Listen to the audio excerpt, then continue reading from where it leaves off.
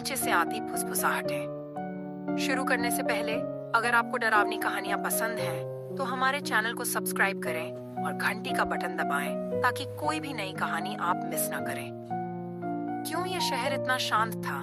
क्यों हर खिड़की सूर्यास्त के बाद बंद हो जाती थी? और क्यों टाउन स्क्वायर की घड़ी हर रात 11:11 पर रुक जाती थी, चाहे उसे कितनी बार ठीक किया गया हो? राहुल, जो एक अनजान यात्री था, इन सवालों के जवाब नहीं जानता था। वह केवल रात भर रुकने के लिए इस गांव में आया था। पर जैसे ही उसने गांव में कदम रखा, उसे ऐसा लगा जैसे कोई उसे दूर से घूर रहा हो। घरों की खिड़कियां बंद थीं, पर पर्दों के पीछे से छायाएं झांकती हुई महसूस हो रही थीं। रात को गेस्ट हाउस में राहुल बिस्तर पर लेटा ही था कि अचानक नीचे तलघर से चीज के घिसटने और फुसफुसाने की आवाजें आने लगी। नीचे मत आना, मत आना, धीमी और डरावनी आवाज गूंज रही थी। राहुल ने दरवाजे से झांक कर देखा।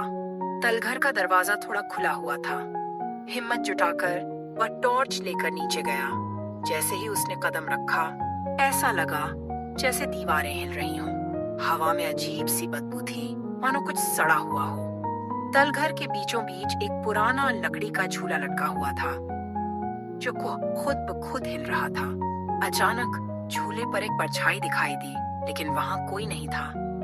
तुमने हमें देखा, अब तुम बच नहीं सकते। एक गहरी आवाज उसके कानों में गूंजी। राहुल ने पीछे पलटकर देखा। दीवारों पर खून से लिखे अजीब निशान उभरने लगे। सुरंग के भीतर से किसी के जोर से दौड़ने की आवाजें आने लगी। राहुल का दिल तेजी से धड़कने लगा।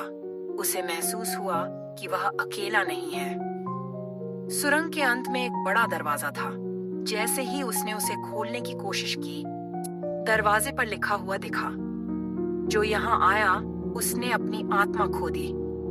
दरवाजा खुद ब खुद खुल गया। अंदर अंधेरे में एक विशाल कुआं था, जिसमें से जलती लाल आंखें घूर रही थीं। कुएं से निकलती आवाजें डरावनी थीं। आओ, हमारे साथ आओ। राहुल ने भागने की कोशिश की, लेकिन कुएं से कई सड़ते हुए हाथ निकले, उसे जकड़ लिया।